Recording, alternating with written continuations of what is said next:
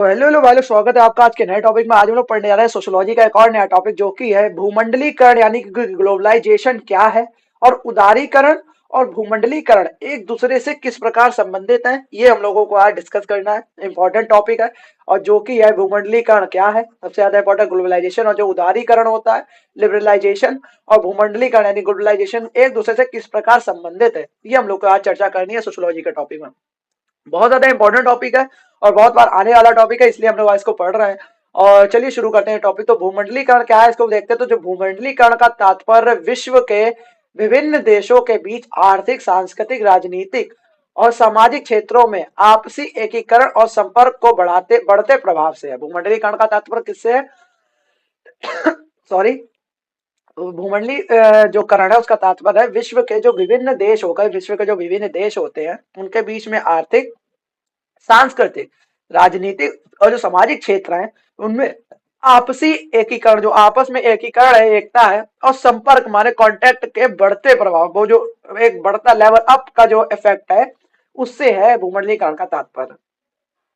इसे एक प्रक्रिया के रूप में देखा जाता है। इसे क्या देखा जाता है? एक प्रक्रिया के रूप में देखा जाता है जिसके माध्यम से दुनिया के विभिन्न हिस्से आपसे आपस में घनिष्ठ रूप से जुड़े हुए हैं। इसे किसके रूप में देखा जाता है? इसे एक प्रक्रिया यानी प्रोसेस के रूप में देखा जाता है जिसके माध्यम से दुनिया के विभिन्न हिस्से या दुनिया के विभिन्न विभिन्न देश आपस में घनिष्ठ रूप से जुड़े हुए हैं। ठीक है। इसका इसका क्या है उद्देश्य? सबसे ज्यादा तो भौगोलिक सीमाओं को कम करते हुए वैश्विक स्तर पर आर्थिक और सांस्कृतिक समन्वय को बढ़ावा देना। इसका सबसे ज्यादा मुख्य उद्देश्य क्या है?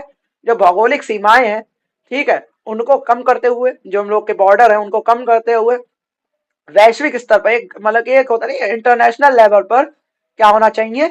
आर्थिक और सांस्कृतिक समन्वय को बढ़ावा देना, सामंजस्य को बढ़ावा देना भूमंडलीकरण का मुख्य उद्देश्य है। तो आगे कह रहा है कि भूमंडलीकरण का जो आरंभ था वो मुख्यतः 20वीं सदी के अंत में और 21वीं सदी की शुरुआत में हुआ है।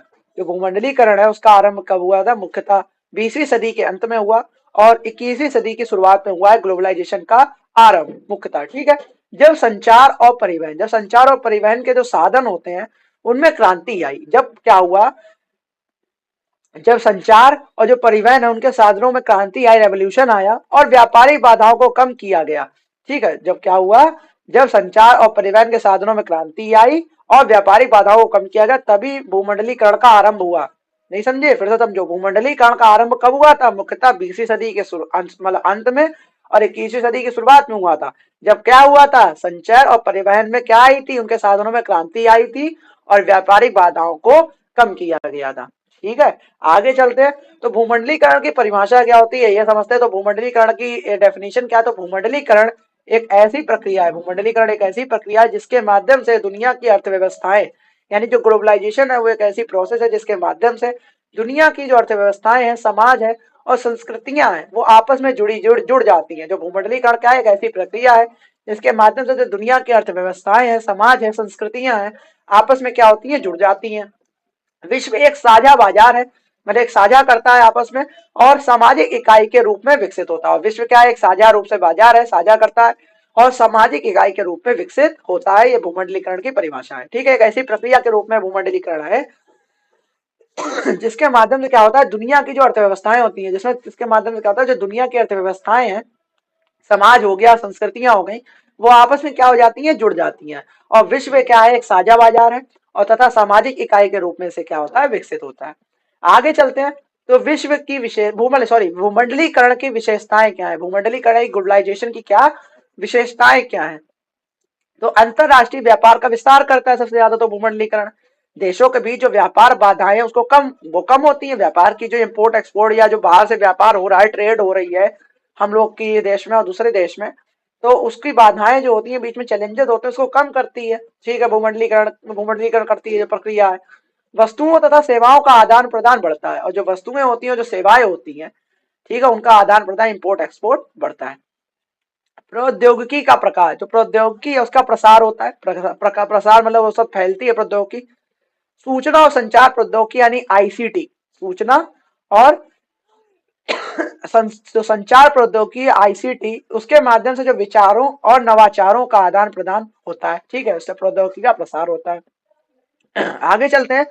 तो कह रहा कि विविध सांस्कृतिक संपर्क, जो विविध सांस्कृतिक संपर्क है वो कैसे होता है, तो विभिन्न संस्कृतियां आपस में जुड़ती हैं, जो विभिन्न संस्कृतियां हैं वो आपस में जुड़ती हैं और एक दूसरे को प्रभावित करती हैं। जो विभिन्न संस्कृतियां हैं वो क्या होती है, आपस में जुड़ती हैं इससे और एक दूसरे को, जैसे वेस्टर्न कल्चर हो गया वो इंडिया के जो इंडियन कल्चर को प्रभावित कर रहा है और अपना इंडियन कल्चर वेस्टर्न कल्चर को प्रभावित कर रहा है। देखो तो उल्टा हो गया ना, वेस्टर्न कल्चर अपने आप बहुत ज्यादा हाइप में है और यहाँ के जो कल्चर है वो यूरोप में या बाहर देशों में बहुत हाइप में है। तो जो संस्कृतियां होती है उनका आदान प्रदान होता है, एक दूसरे पे प्रभाव डालती हैं। अंतरराष्ट्रीय संस्थाओं की जो भूमिका, अंतरराष्ट्रीय संस्थाएं उनकी भूमिका देखें तो विश्व व्यापार संगठन यानी WTO, विश्व बैंक और अंतरराष्ट्रीय मुद्रा कोष यानी IMF जैसे संगठनों का प्रभाव बढ़ता है। ठीक है, तो अंतरराष्ट्रीय संस्थाओं की क्या भूमिका होती है, विश्व व्यापार संगठन WTO हो गया, विश्व बैंक हो गया और अंतरराष्ट्रीय मुद्रा कोष यानी IMF हो गया, उन जैसे संगठनों का प्रभाव बढ़ता है। मल्टीनेशनल कंपनियों का विकास होता है। अंतरराष्ट्रीय कंपनियां विभिन्न देशों में अपनी सेवाएं और उत्पाद प्रस्तुत करती हैं। जो विभिन्न देश हैं या जो अंतरराष्ट्रीय कंपनियां, इंटरनेशनल की जो कंपनीज हैं वो विभिन्न देशों में क्या करती हैं, अपनी सेवाएं, जो अपनी उनकी सेवाएं हैं और जो उत्पाद है वो क्या करती है, प्रस्तुत करती हैं। प्रवास और श्रम का स्थानांतरण होता है। प्रवास और जो श्रम है उसका क्या होता है, स्थानांतरण होता है। तो श्रमिकों का एक देश से दूसरे देश में पलायन ही क्या होता है, स्थानांतरण की एक क्या है, उदाहरण के रूप में देखा जाता है। अब भूमंडलीकरण के प्रमुख घटक देखें तो प्रमुख घटक कौन कौन से हैं, तो पहला हो गया आर्थिक भूमंडलीकरण, सांस्कृतिक भूमंडलीकरण, राजनीतिक भूमंडलीकरण और तकनीकी भूमंडलीकरण। ठीक है, आर्थिक भूमंडलीकरण पढ़ते हैं तो वैश्विक व्यापार, विदेशी निवेश, अंतरराष्ट्रीय बाजारों का विस्तार, ये क्या हो गया, आर्थिक रूप से भूमंडलीकरण, मतलब वैश्विक व्यापार को दिखा रहा है, विदेशी निवेश कर रहे हैं उसमें, अंतरराष्ट्रीय बाजारों का विस्तार हो रहा है, यह आर्थिक रूप से भूमंडलीकरण हो गया। ठीक है, सांस्कृतिक भूमंडलीकरण क्या होता है कि फिल्मों, संगीत, भोजन और फैशन के माध्यम से वैश्विक संस्कृतियों का आपसी मिश्रण हो जाना, वो सांस्कृतिक ग्लोबलाइजेशन या भूमंडलीकरण होता है। राजनीतिक भूमंडलीकरण क्या है, यानी अंतरराष्ट्रीय संगठनों के माध्यम से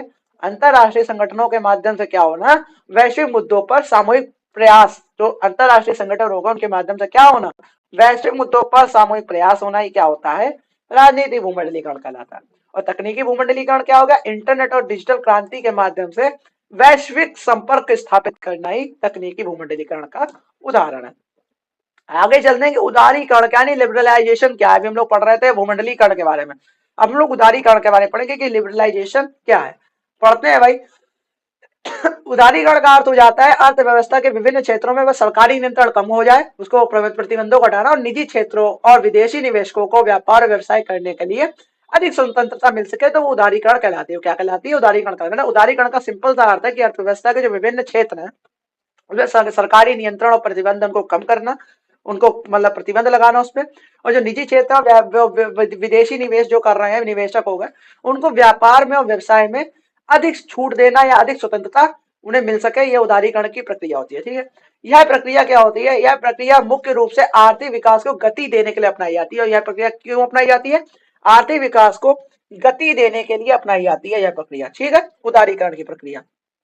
आगे चलते हैं तो आगे कह रहा है कि भारत में उदारीकरण की शुरुआत कब हुई थी। भारत में उदारीकरण की शुरुआत कब हुई थी, तो 1991 के आर्थिक सुधारों के दौरान हुई। जो भारत में उदारीकरण है उसकी शुरुआत कब हुई थी, 1991 के आर्थिक सुधारों के दौरान हुई थी, जब सरकार ने नई आर्थिक नीतियों को लागू किया। जब सरकार ने क्या करा, नई आर्थिक नीतियां उनको क्या किया, लागू किया। इसका उद्देश्य क्या है, विदेशी निवेश आकर्षित करना। इसका मुख्य उद्देश्य हमेशा से यही रहा है कि जो विदेशी निवेश है, बाहर के जो निवेशक है उनको आकर्षित करना, अट्रैक्ट करना, आर्थिक प्रतिस्पर्धा बढ़ाना और उत्पादन और निर्यात को प्रोत्साहित करना। क्या करना, उत्पादन और निर्यात को क्या करना, प्रोत्साहित करना। उदारीकरण की क्या विशेषता है, तो उदारीकरण की मुख्य रूप से क्या विशेषता है, व्यापारिक बाधाओं को कम होना, उनको व्यापारिक बाधाओं का कम कर देती है, आयात और निर्यात में प्रतिबंधों में ढील कर देती है, निजीकरण को प्रोत्साहन देती है, सरकारी उद्योगों को निजी क्षेत्र को सौंपना। ठीक है, विदेशी निवेश को बढ़ावा देना, विदेशी कंपनियों को स्थानीय बाजारों में निवेश की अनुमति दे देना, मुक्त बाजार व्यवस्था, मतलब ओपन मार्केट जो एक तरीके से होगी। ठीक है, फ्री मार्केट वाली व्यवस्था कर देती है। मूल्य निर्धारण उत्पादन में सरकारी हस्तक्षेप को कम कर देती है कि मूल्य निर्धारण होगा, MRP रेट फिक्स करना, वो सब सरकारी क्षेत्र में हस्तक्षेप होता है, सरकारी हस्तक्षेप होता है, उसको कम करना ही क्या होता है, मुक्त बाजार व्यवस्था कहलाती है। प्रतिस्पर्धा का विकास होता है, घरेलू अंतरराष्ट्रीय स्तर पर प्रतिस्पर्धा को बढ़ावा देना कि मतलब हम अच्छा बनाएंगे, जो अच्छा बनाएगा वो आगे जाएगा, तो प्रतिस्पर्धा को विकास देना। भूमंडलीकरण और उदारीकरण के बीच में क्या संबंध है मुख्यतः, तो ये देख लेते हैं। तो भूमंडलीकरण और उदारीकरण एक दूसरे से गहराई से जुड़े हुए हैं और कई मायनों में एक दूसरे को प्रभावित भी करते हैं। मतलब दोनों हैं वो गहराई से जुड़े भी हैं और कई मायनों में ऐसा भी है कि एक दूसरे को प्रभावित भी करते हैं।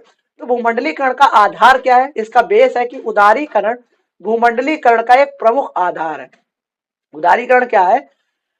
भूमंडलीकरण का क्या है? प्रमुख आधार है और व्यापार और निवेश से जो व्यापार और निवेश से संबंधित नियमों में ढील देने और बिना वैश्विक स्तर पर आर्थिक एकीकरण संभव नहीं है। मतलब उदारीकरण भूमंडलीकरण का प्रमुख आधार है, क्योंकि अगर व्यापार और निवेश से संबंधित नियमों में अगर ढील नहीं देंगे उसके बिना वैश्विक स्तर पर आर्थिक एकीकरण संभव नहीं है। ठीक है, तो उदारीकरण का आधार। विदेशी निवेश देखें तो विदेशी निवेश को देखें तो उदारीकरण ने विदेशी निवेशकों को देश में निवेश करने के लिए प्रोत्साहित किया है, जिससे अंतरराष्ट्रीय व्यापार और भूमंडलीकरण को क्या मिला है? बढ़ावा मिला। अंतरराष्ट्रीय व्यापार और भूमंडलीकरण को क्या मिला है? बढ़ावा मिला है। मल्टीनेशनल कंपनियां जो होती हैं, तो उदारीकरण ने मल्टीनेशनल कंपनियों को विभिन्न देशों में व्यापार करने की स्वतंत्रता दी है। उदारीकरण ने क्या करा है? जो मल्टीनेशनल कंपनियां हैं उनको विभिन्न देशों में व्यापार करने की स्वतंत्रता दी है, जो भूमंडलीकरण का क्या होता है? एक महत्वपूर्ण पहलू है। जो क्या है? भूमंडलीकरण का क्या है? एक महत्वपूर्ण पहलू है। आगे चलते हैं तो कह रहा है कि सांस्कृतिक आदान प्रदान होता है। उदारीकरण ने व्यापार और प्रौद्योगिकी के माध्यम से सांस्कृतिक आदान प्रदान को भी क्या दिया है? बढ़ावा दिया है। तकनीकी विकास, टेक्नोलॉजी डेवलपमेंट, उदारीकरण के तहत तकनीकी हस्तांतरण के माध्यम से भूमंडलीकरण को गति मिली है। ठीक है भाई। आर्थिक सुधार को देखें तो उदारीकरण ने आर्थिक सुधारों को क्या किया है? प्रोत्साहित किया है, जो वैश्विक बाजार में क्या करते हैं? प्रतिस्पर्धा के लिए बहुत ज्यादा आवश्यक है। ठीक है, आगे चलते हैं तो राजनीतिक प्रभाव क्या कह रहा है? राजनीतिक प्रभाव है कि उदारीकरण के कारण अंतरराष्ट्रीय संस्थाओं और समझौतों की भूमिका बढ़ी है, जिससे वैश्विक राजनीति समन्वय को बढ़ावा मिला। जिससे क्या मिला है? वैश्विक राजनीति समन्वय को क्या मिला है? बढ़ावा मिला है। आगे चलते हैं तो भूमंडलीकरण और उदारीकरण के लाभ क्या क्या है? भूमंडलीकरण और उदारीकरण के प्रमुख लाभ क्या क्या है? तो सबसे पहले तो आर्थिक विकास होता है, रोजगार के अवसर बढ़ते हैं, तकनीकी प्रगति होती है, जीवन स्तर में सुधार होता है। आर्थिक विकास को देख लेते हैं तो वैश्विक बाजारों तक पहुंच बढ़ाने से व्यापार में निवेश में वृद्धि होती है। जो अगर वैश्विक बाजार तक हम लोग पहुंच बढ़ाएंगे तो उससे क्या होता है? बाजार व्यापार और निवेश में वृद्धि होती है। रोजगार के अवसर देखें तो मल्टीनेशनल जो कंपनियों में और विदेशी निवेश के कारण नए रोजगार सृजन को क्या कहते हैं? रोजगार के अवसर कहते हैं। तकनीकी प्रगति देखें तो उन्नत तकनीक और नवाचार का आदान प्रदान करना, जो उन्नत तकनीक हो गई और नवाचार उसका आदान प्रदान करना हो जाता है। जीवन स्तर में सुधार हो जाता है, तो विदेशी वस्तुओं सेवाओं तक पहुंच के कारण उपभोक्ताओं का जीवन बेहतर हुआ है। ठीक है। सांस्कृतिक विविधता को देखें तो विभिन्न संस्कृतियों के संपर्क में आने से समाज में विविधता और समृद्धि हुई है। तो विभिन्न संस्कृतियों के संपर्क में आने से क्या हुआ? समाज में विविधता, डाइवर्सिटी बढ़ी है और समृद्धि हुई है। ठीक है, विकास हुआ है। अब इसके भूमंडलीकरण और उदारीकरण के नकारात्मक प्रभाव बोले तो नकारात्मक क्या क्या प्रभाव है? आर्थिक असमानता, स्थानीय उद्योगों पर प्रभाव, क्या होना? स्थानीय उद्योगों पर प्रभाव, संस्कृति का प्रभाव, शोषण। ठीक है, तो आर्थिक असमानता देख रहे तो भूमंडलीकरण उदारीकरण ने अमीर और गरीब के बीच खाई को और बढ़ा दिया है। मतलब भूमंडलीकरण उदारीकरण ने क्या करा? अमीर को और अमीर बनाया, गरीब को और गरीब बनाया। बीच में जो खाई है उन दोनों के बीच में उसको और गहरा कर दिया, बढ़ा दिया। स्थानीय उद्योगों का प्रभाव देखें तो विदेशी कंपनियों के कारण स्थानीय उद्योगों को कठिनाई का सामना करना पड़ता है। अगर जो विदेशी कंपनियां हैं उनके कारण जो स्थानीय उद्योग है उनको कठिनाई का सामना करना पड़ता है। संस्कृति का प्रभाव देखें, संस्कृति का प्रभाव तो वैश्वीकरण ने पारंपरिक सांस्कृतिक मूल्यों को कमजोर किया है।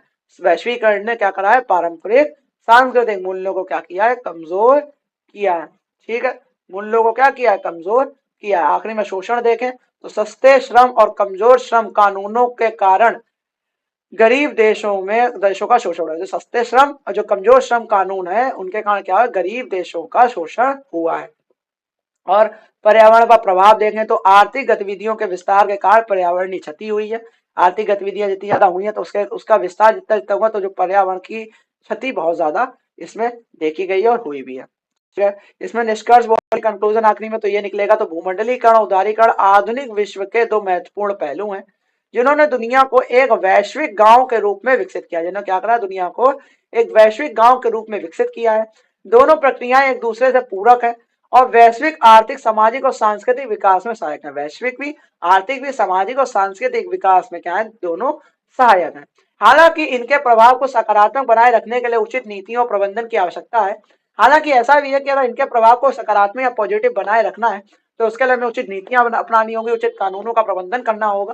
कानून और समाज शास्त्र के विद्यार्थियों के रूप में भूमंडलीकरण उदारीकरण के लाभ और चुनौतियों को समझना बहुत महत्वपूर्ण है, ताकि इनसे संबंधित मुद्दों का समाधान और समतामूलक विकास जो है वो सुनिश्चित किया जा सके। ठीक है, तो ये हम लोग का टॉपिक था, तो वो हम लोगों ने पढ़ लिया। भूमंडलीकरण क्या है, उदारीकरण भूमंडलीकरण के बीच में क्या क्या मतलब रिलेशन है, उसको हम लोगों ने पढ़ा और मेरे हिसाब से आपको समझ में आ गया होगा।